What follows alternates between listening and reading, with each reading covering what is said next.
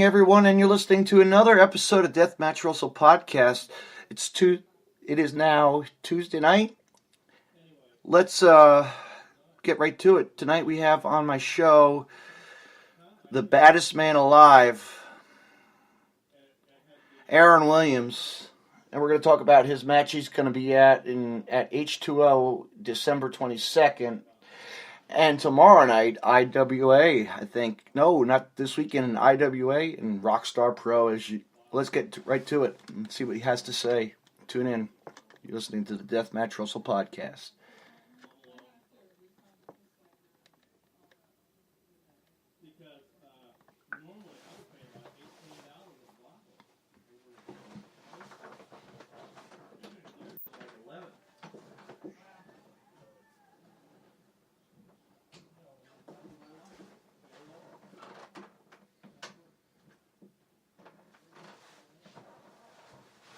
And much, much more.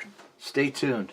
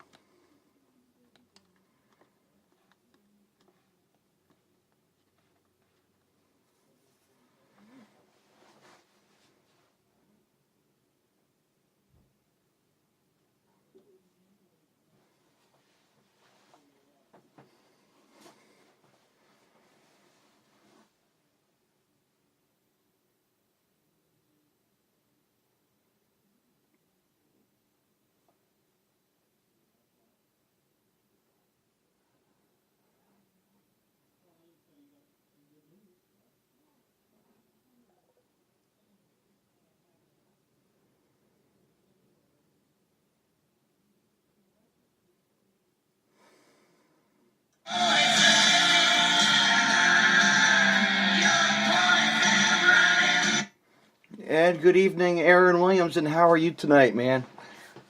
I'm doing just fine. How are you today? Oh, man, I'm doing pretty good. I think we're going to get some rain pretty soon. I hear the wind blowing, you know. Yeah. It's pretty dry out here. It's cold. I know, and I think they said snow this weekend in our forecast on Saturday. Really? Yeah, 2 to 3 inches, but that ain't nothing, you know. Yeah, that's true. I mean, it could be a lot worse. I see on the news a lot of other people getting real bad right now. Yeah, I know they get hammered, but I get overtime, so I don't care. You know, overtime for plowing, so you know. Hey, there you go, man. I know, right? So you have a lot coming up this week. I was just looking at your schedule, and you'll be at IWA Rockstar Pro as usual, right? Yep. And yeah. And then H20 in December. Late 22nd, I think. Yeah. I usually stay pretty busy anyway. But, right. December's actually a lot more busy than I expected it to be. I got I do Rockstar and IWA every week. Yeah.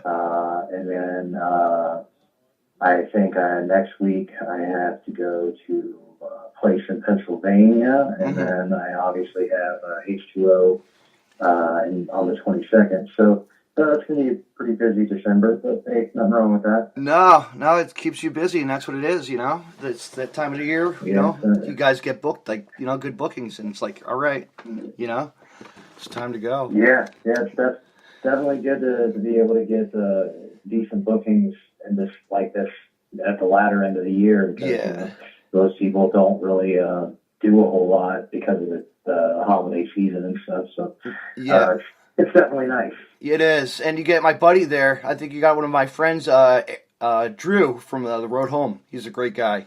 He's one of your buddies. Oh yeah. Yes. Yeah, Drew's awesome, man. He's a cool dude. He's my dude. I know, man. Yeah.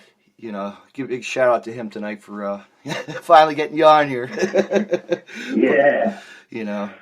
Yeah, he's my dude. I know. Boy. I know. He can get these stories going with you guys. It's crazy. Some good stuff, you know. But yeah, he's gone on a couple road trips with me and everything. Always makes my life a little bit easier. Yeah. the schedule kind of sucks, but I know. sure we can get into that. I know. I know. And he's getting. I think he's excited because I think he's going to a SmackDown. He's going to SmackDown in a couple of days or something. That's pretty cool. Yeah. Yeah, they're up here. They're in. I want to say Columbus on Monday, and then they're here on the Tuesday. It might be next week, actually. Right. I think. That's pretty cool. That's pretty cool because I don't think Gary's ever been to. He said he has never been to a live show ever. Like a live. Oh man. I know, right? Like a big WWE event. Yeah. That's crazy. Yeah. I don't know about Drew. I don't know if I'm sure he has. In the past. Yeah, I know. He's been to like some NXT shows and stuff recently, even. But I'm sure, like he's probably been to a lot of stuff in the past and stuff. Yeah. I didn't go to my first live show, I don't think, until I was like in my 20s, actually. Oh, really? What was that? What'd you attend? Yeah. What'd you attend? Let's see if you could. I think I was dating a girl, and she surprised me with SmackDown tickets for. Sweet. For my birthday or something. I think it was like my 22nd birthday or something. We went to SmackDown. I think my first WWE was WrestleMania 5. Really? Yes, wow. You were dude. Dude, I know, man. Knows. I love telling the story with my dad and I. And nosebleed seats. We had actually 5 rows away from Gorilla Monsoon and Jesse the Body doing the commentary. That's so cool. I had the Mega Power poster, fluorescent orange poster. You could kind of see a glimpse in the, like way up in the bay. You have to really look, but Oh man, that's so dope, dude. But you could hear the thump of the microphone. You know what I mean, from the echoing of the ring. It's so cool. It was so cool. Yeah. That's so cool. I know. Wrestling was, and then of course I got big onto like the indie wrestling. When I was like. Iron Mike Sharp ran a school in my town, when I was young. Oh, really? Yeah, like in, he had like X-Pac and Malice from WCW and Nova. Oh, man, yeah. And Nova from Super ECW, and his brother actually ran a promotion in the next town over. It was called Phoenix Championship Wrestling. It was like the big branch to all the indie stars, low key to all you guys you would see on TV, Charlie Haas to, it was crazy. Oh wow! I know. That's pretty wild. Like I didn't. I actually didn't discover indie wrestling really till late either. I don't think I discovered that until I was like 16 or 17 or something. Right. And that was with HWA, Heartland Wrestling or whatever, and they had a developmental deal at the time, so like they had a lot of guys coming through. It was pretty cool. But I think my first hardcore match actually was a local high school gymnasium. I think it was Mick Full. It's actually Cactus Jack with Eddie Gilbert. Like dude. Like I know, trash can. Yep, down the staircase, like down the bleacher steps. Yeah, I'm like I was lucky. To. Yeah, you were. Wow. I know, and I can't remember the federation, but it was a cool fed. It was like one of those like cheap little promotions in town. Trying to make $1. I know, right? That's so cool. That is cool. But then, like in the mid '90s, like mid '80s, I got lucky. Me and my old man, my dad and I, we went to the local ice rink, and NWF Wrestling. It was like a local promotion here. Bruiser the Brody inside a steel cage. Like, yeah, I was like in my glory. Wow. I know, right? And there's tapes on that. There's videos out there. I'll link you to that later. It's pretty cool. Dude, that is so cool. You got to see like so much awesome stuff. That's so. I know, and like so amazing. I know, like in the '80s, like when I was like 18 years old, I worked in a dollar store, and I didn't know what hardcore wrestling really was. But ECW's Balls Mahoney would walk through the door, and I didn't know who he was. So I was like, "Could you sign this piece of paper? Wow. Could you sign this piece of paper?" Next door was like a clothing store. My friend was like in charge of it, and like Public Enemy would get their clothing and other wrestlers sometimes, That's so wild. It is. And then that's how I got discovered like the hardcore and then the deathmatch stuff. Just really got from CZW to Yeah. Man. I know. Man, Yeah, but you have quite a library in that head of yours, I'm sure. I know. I still have my bandana from Hulkamania, you know, come on. I laughed pretty hard the other day because I follow a lot of just like weird wrestling stuff on, not weird, but just like a lot of wrestling stuff on Instagram. Right. And there's this one on there, it's like the 80s of wrestling or something. Yeah. And he posted the Hulkamania home workout. Oh my God, I remember that. Yeah. And I laughed real hard. I looked at my wife and I was like, I used to have this. I know. It's like we used to have every single. We had the figures, you know. We had the figures. Yeah, buddy. You know, I still have a couple of them, but not that many. You know, Oh gosh, I wish I had them. Dude, I'll regret it. I used to have a cleaning lady. You know, we had a cleaning lady when I was younger, and we went to a flea market. I think I sold them for like $1 or something. I forgot, sold them all, and the ring, I think too. Oh. But now those are like a fortune to get off the internet, you know.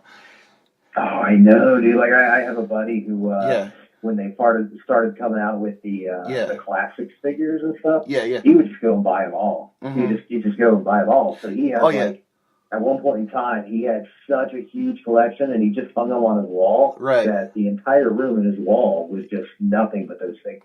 Yeah. It was crazy. It's like crazy. It's like when I got that Onita figure, searching for that double set, you know, right dude. I got it like for like $39, you know. I was like, this is a score. I'm gonna get it, you know. Yeah. But then a funny thing was that I bid on a single one, and Sean, the kid wrestler from Matt Tremont's school. The young kid, he bid $10. He bid on it for $10. He outbid me. I didn't. That's pretty funny though. Like, you know, but I got the better deal anyway. You know what I mean? The double pack. So, you know. Yeah. But it's good. But that's so cool though. You know, just to bid on that, and then somebody else that you know. You know, it's like, damn it. Yeah. Yeah, like small world stuff. Yeah. Yeah, those are. I know. And those figures are so hard to come by. You know. They really are. Mm-hmm. The old fucking BJW, you know? Oh, yeah, dude. FMW. I love collecting crap. Just whatever, you know? I'll get whatever sometimes, you know? Random shit, you know? Yeah, I like to, too. I don't get to do it as nearly as much as I'd like to. No. I mean, I have, like, some... I have some figures. Yeah. And then I have, like... for some reason, I'm big on, like, buttons and pins lately. Yeah. Like any button or pin I like, I just grab those suckers up. Yeah, those are on my bag. Yeah, that's what I do. Enjoy that. I always do that on my book bag. Yeah, throw them on my souvenir bag. You know. But yes, sir. So yeah, you gotta. Yeah, you gotta. Actually, you take it on your. Well, you know him, Dustin Ray's, right? It's gonna be odd. Yeah. It's like it's like teacher versus student almost, right? Or no? Almost. Well, I mean, Dustin and I